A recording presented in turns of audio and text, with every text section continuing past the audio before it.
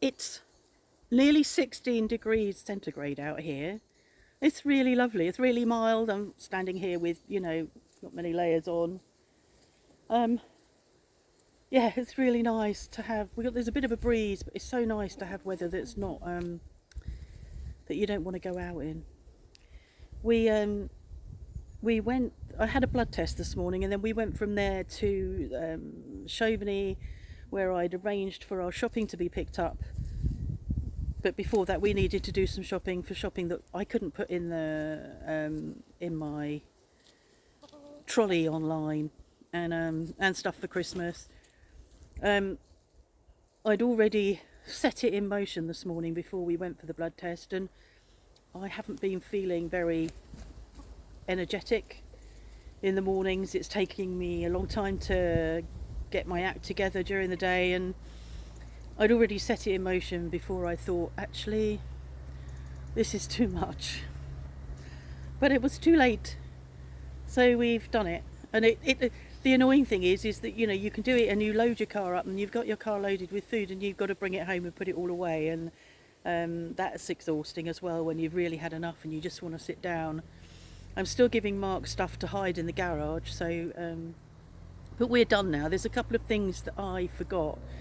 The problem for me at the moment is that I'm forgetful, and I'm also too tired to bother about writing a list.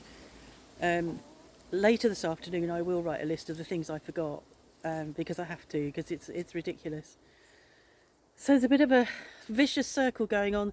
The other vicious circle is that I'm not feeling well enough to be cooking the sort of food that I would cook for Fast 800.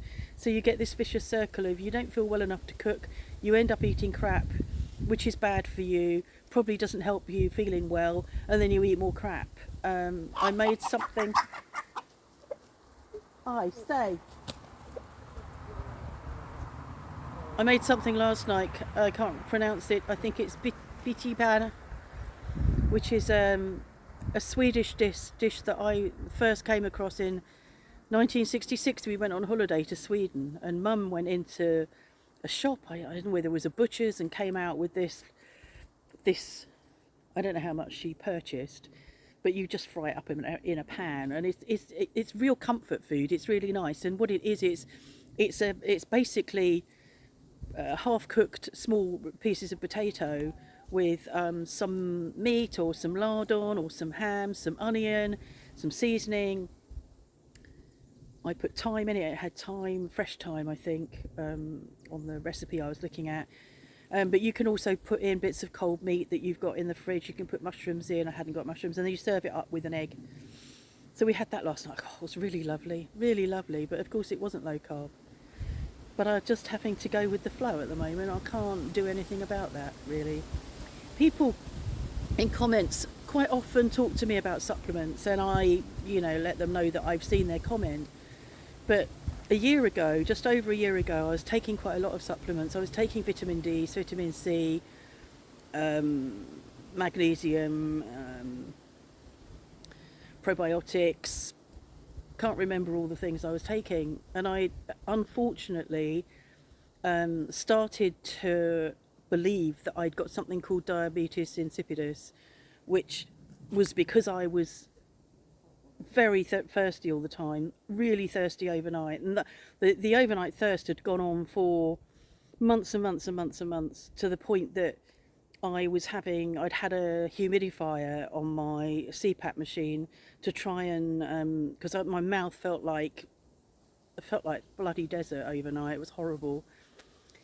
Very thirsty during the day. As a consequence, I was drinking during the day, and as a consequence, I was peeing during the day. It felt to me like I was peeing more than I was drinking, which is what happens with diabetes insipidus. I ended up going into hospital for tests, and discovered that I didn't have diabetes insipidus, and that diabetes insipidus is far worse than what I had, although what was going on for me at the time was really exhausting. Every 20 minutes in the loo is exhausting. And somebody back then in comments suggested it could be some of the supplements I was taking, and then another person suggested it could be the particular brand of blood pressure medication I was taking. So I stopped all of it. I stopped all of it and solved the problem. So um, I understand supplements are really good. We eat, when I'm not unwell, we eat healthily. We have a lot of green veg, we have a lot of veg, we have a lot of the foods that the supplements are supplementing. I know that with COVID and colds, you're meant to be taking, quite high doses of vitamin C, and vitamin D because of, the amount of light that we get. But I am really reluctant to add all those back in now because I don't want to go through that again. It was horrible, and it was humiliating going into hospital, believing that I'd got something wrong and believing that they were going to solve it, to discover that I hadn't, and they put me on a 24-hour or overnight test, and I just didn't really pee because I wasn't being given liquids, so I wasn't being given anything to drink or to eat. Consequently, I didn't pee. So my idea that I peed because I was peeing anyway was wrong, and I don't want to do that again. So that's why I'm not taking supplements, and that's all really. I was on there's a health forum that I'm on called Health Unlocked. I've mentioned it before, and I'm in the PMR Health Unlocked part of the forum. Lots of knowledge on there, lots of people with the knowledge that we all need to learn and understand about our illness. And somebody was talking about how there's a school of thought that over periods like Christmas, or if you're dealing with, I don't know, getting ready for a wedding, or you're going on holiday, or you're sick with something, that you should increase your medication, that you should increase your steroids. And I never do that. It never occurs, not that we've had a wedding to sort out, it never occurs to me to do that. And somebody was talking about it yesterday, and I thought, I am dealing with upcoming Christmas, although I've made that simple, but I still had to go and do shopping today. And I'm juggling the upcoming projects for next year, and I'm up and juggling the upcoming Canada for next year. So I am dealing with a lot of stuff. So I have increased my steroids this morning. I've increased them. I'm going to do that right through till New Year now, and then try and come down to where I was before my doctor intervened 3 or 4 months ago, and get myself back down to there for my visit with the rheumatologist at the end of the month. So I'm hoping within the next couple of days I should start feeling better, because I'm starting to really worry about things, and not able to use my hands as I would normally, as you normally use your hands. I can't pick up a pint glass. I can't hold stuff with these. This whole lot is not only painful, but it's weak. So when I go to pick stuff up, I can't grip it. And I was putting logs on the fire this morning, and I thought, well, this is all very well, I can do that now, but what about in a few years' time? Am I going to continue to lose the use of my hands? I don't know. And I know that if that's the case, then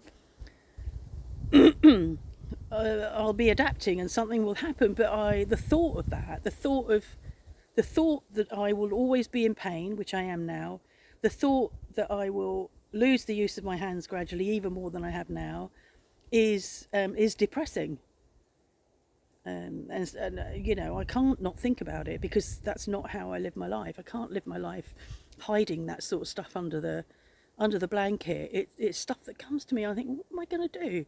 What would I do? What would I do about the wood fire? If anything happened to Mark and I was on my own, bringing in the wood, loading the fire every 2 or 3 hours. I could just about manage it now, and I'm hoping that by the time I see the rheumatologist and maybe she sorts out a different sort of scheme, medication, whatever, that I will improve. But I don't know. How can I know? I'm not the rheumatologist. So yeah, I think that's all.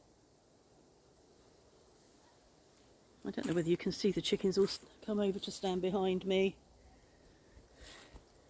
See what's going on. And a sheep will come to stand and preen next to Mum.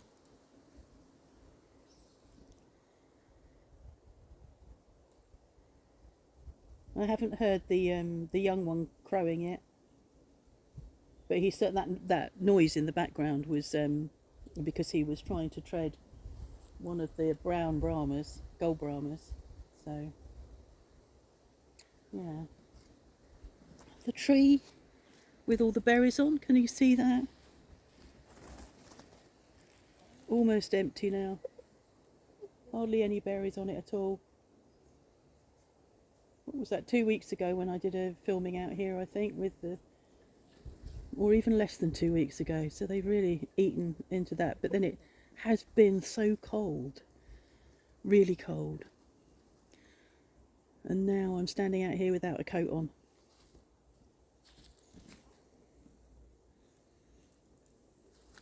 Right.